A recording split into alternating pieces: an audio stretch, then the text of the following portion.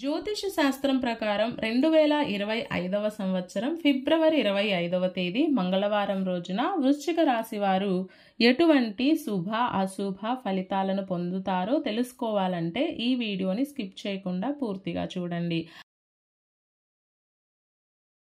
అలాగే తప్పకుండా మా ఛానల్ని సబ్స్క్రైబ్ చేసుకోండి. ఈ ఫిబ్రవరి 25వ తేదీ మంగళవారం రోజు వృశ్చిక రాశి వారు ఉపయోగం లేని ప్రయాణాలు చేయాల్సి వస్తుంది. ముఖ్యంగా రాత్రి వేళ చేసే జర్నీలు కొంచెం అసౌకర్యంగా ఉంటాయి. వెళ్ళాలి అనుకున్న చోటికి టైంకి వెళ్ళలేరు. దీని మూలంగా చేయాల్సిన పనులు బాగా ఆలస్యం అవుతాయి. ఒంటరి ప్రయాణాలు చేయకపోవడమే మంచిది. వాహన మరమ్మతులు తప్పకపోవచ్చు. ఒక్క మాటలో చెప్పాలంటే అత్యవసరం అనుకున్న ప్రయాణాలు తప్ప మిగిలిన జర్నీలను పోస్ట్ పోన్ చేసుకోవడమే మంచిది.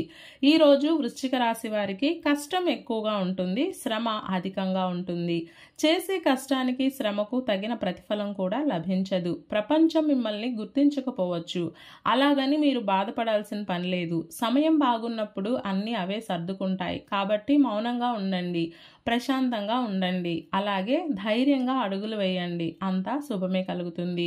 మీకు మరొక ముఖ్యమైన విషయం చెప్పాలి. దారిన పోయే సమస్యలను, ఇబ్బందులను, గొడవలను మీ నెత్తిన వేసుకోవద్దు. పక్క వాళ్ళు ఇబ్బంది పడుతున్నారు అని మీరు జోక్యం చేసుకుంటే మొదటికే మోసం వస్తుంది. కాబట్టి జాగ్రత్త వహించండి.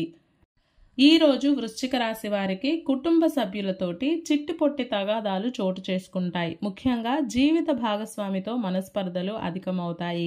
గొడవల దాకా వెళ్లే అవకాశం ఉంది. ఆర్థిక పరమైన విషయాలు నిరుత్సాహపరుస్తాయి. ఒళ్ళు నొప్పులు బాధిస్తాయి. సౌకర్యాలు అంతంత మాత్రంగా ఉంటాయి. మొత్తం మీద వృశ్చిక రాశి వారికి ఈ రోజు ఇబ్బందులు కాపుకాచి ఉన్నాయి. కాబట్టి జాగ్రత్తగా ఉండండి. కాలం ఎటు వెళుతుందో అటు వెళ్ళండి. ఈ మంగళవారం రోజు వృశ్చిక రాశి వారు గులాబీ రంగు దుస్తులను ధరించకండి. లక్ష్మీ కవచ స్తోత్రాన్ని పారాయణం చేయండి.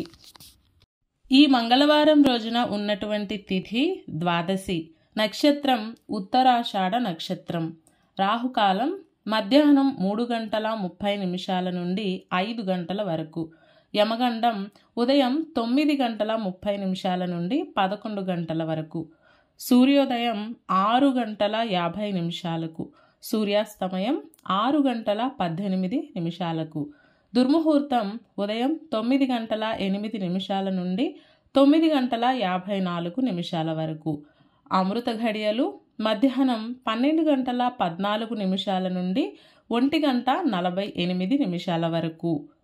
ఈ రోజంతా శుభప్రదంగా సాగడానికి, అనుకున్న పనులు అనుకున్న విధంగా పూర్తి కావడానికి సూర్యుడికి అర్ఘ్య ప్రదానం చేసి దినచర్యను ప్రారంభం చేయండి.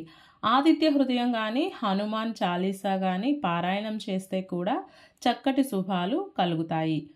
ఈ మంగళవారం రోజుకి సూర్యుడు అధిపతిగా ఉన్నాడు కాబట్టి సూర్యారాధన చేయాలి. అలాగే గోవుకు ఏదైనా ఒక పండును తినిపించి తరువాత ఇంటికి వచ్చి కులదైవం ముందు నెయ్యి దీపం వెలిగించండి.